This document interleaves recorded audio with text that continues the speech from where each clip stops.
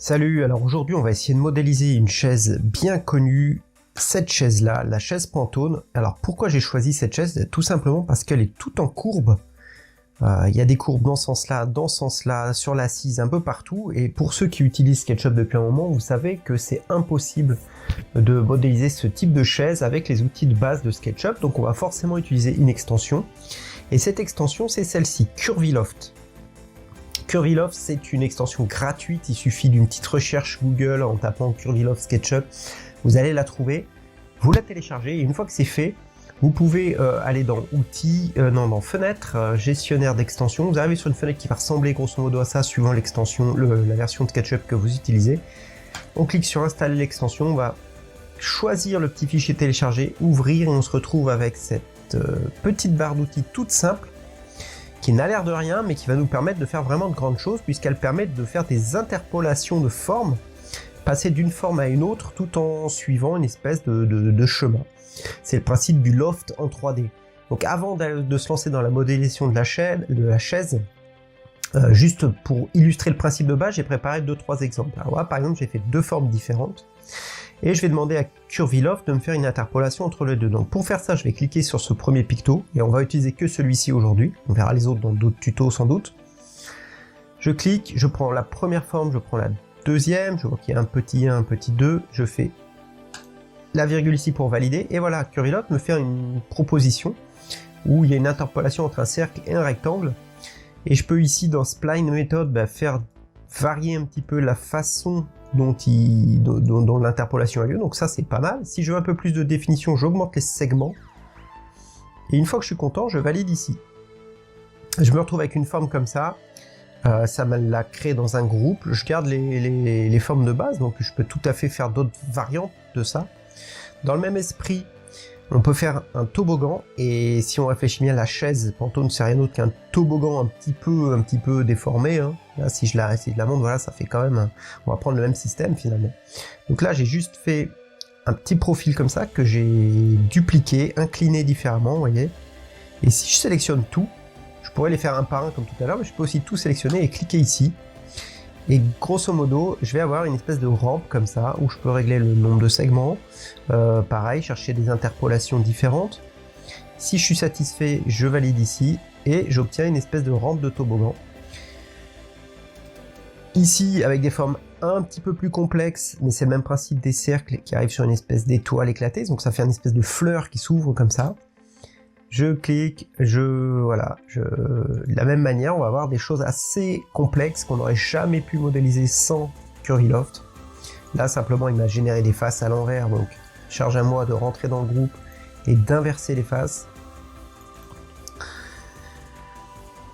Et allons tout de suite dans le sujet de la vidéo, c'est-à-dire modéliser cette chaise. Donc pour l'occasion, j'ai récupéré un plan sur internet, et je vais me mettre en projection parallèle au niveau de la caméra ici, en vue de face, et je vais commencer à dessiner les courbes ici de face. Alors pour ceux qui captent pas du tout ce que je raconte, qui ont envie de se mettre à jour sur SketchUp, dans la description j'ai mis à disposition une formation d'initiation à SketchUp et à V-Ray, les deux, donc il y a deux formations qui sont gratuites. Il suffit de rentrer votre email, votre prénom, et puis vous avez l'accès à ces deux formations qui vont vous permettre de suivre beaucoup plus facilement les tutos que je mets sur la chaîne. Donc là, c'est parti. Je vais utiliser principalement l'outil arc de points. Je vais cliquer ici, ici, et puis je vais essayer, voilà, grosso modo, je vais pas m'appliquer plus que ça. Voilà. Et ici en bas, je vais juste prendre l'écart entre les pieds, rapidement. Voilà. Ici, je vais devoir faire le petit renflement qui est là. Il va pas être facile à faire. Oh si, comme ça peut aller.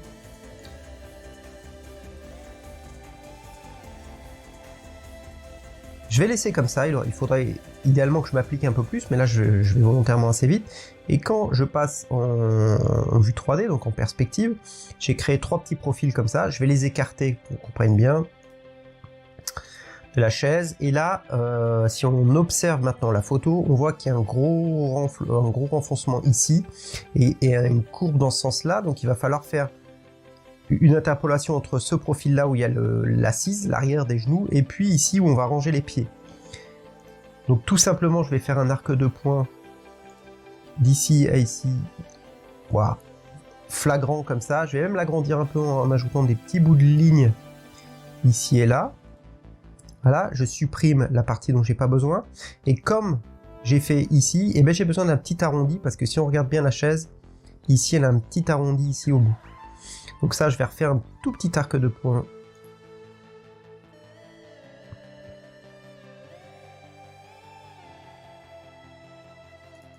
Voilà, le plus petit, il est peut-être un peu petit celui-là quand même. Allez, on va faire comme ça. Tant pis si c'est un peu trop gros. Voilà, et je le valide le même de l'autre côté.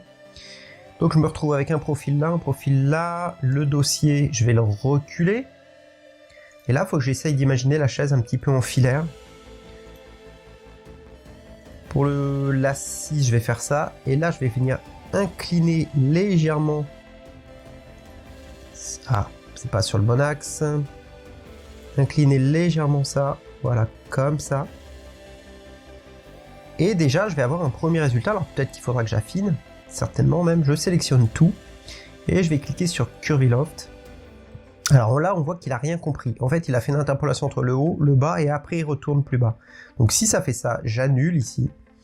Et je vais faire différemment. Je vais cliquer d'abord sur Curviloft et ensuite lui dire ici, il s'agit du premier profil.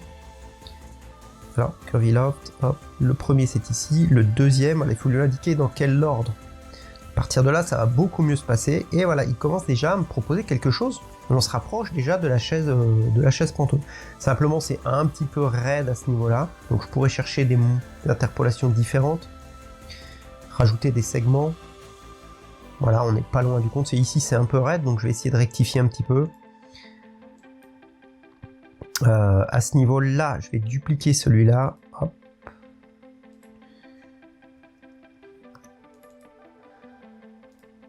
Cette partie, celle-ci, eh ben, je vais juste peut-être, je ne sais pas si ça va vraiment bien marcher, mais la tourner un petit peu comme ça, pour qu'il y ait un virage un peu plus doux. Alors on va essayer. Je clique sur Curviloft, je fais 1, alors je me trompe pas, 2, 3, 4 et 5, et je valide ici. C'est pas mieux, c'est même pire. Alors je vais écarter un petit peu ça. Je pense qu'ils sont trop rapprochés, donc voilà, je vous dis, il faut vraiment y aller à tâtons.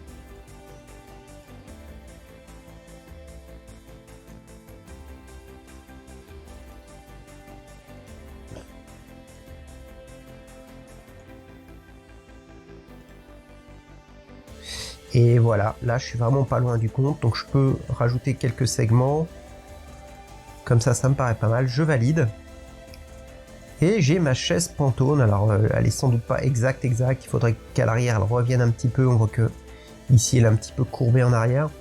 Mais il faudrait que j'y passe un peu plus de temps, donc j'avais préparé des courbes un petit peu plus élaborées et finalement je vais avoir à peu près le même résultat. Voilà, simplement j'ai réussi à courber un petit peu l'arrière, enfin, voilà, la chaise Pantone. Juste avec des petites courbes, donc là j'ai 1, 2, 3, 4, 5 courbes et j'obtiens vraiment quelque chose de super complexe. J'ai mis ça dans une scène et j'en ai fait un petit rendu avec Verret, donc ça permet de se faire plaisir avec des reflets, etc. Et je vous montre tout de suite ce que j'ai obtenu en rendu. Donc j'espère que ce court tuto vous a appris quelque chose. Bon, normalement, si vous ne connaissiez pas cette extension, ben, vous avez forcément...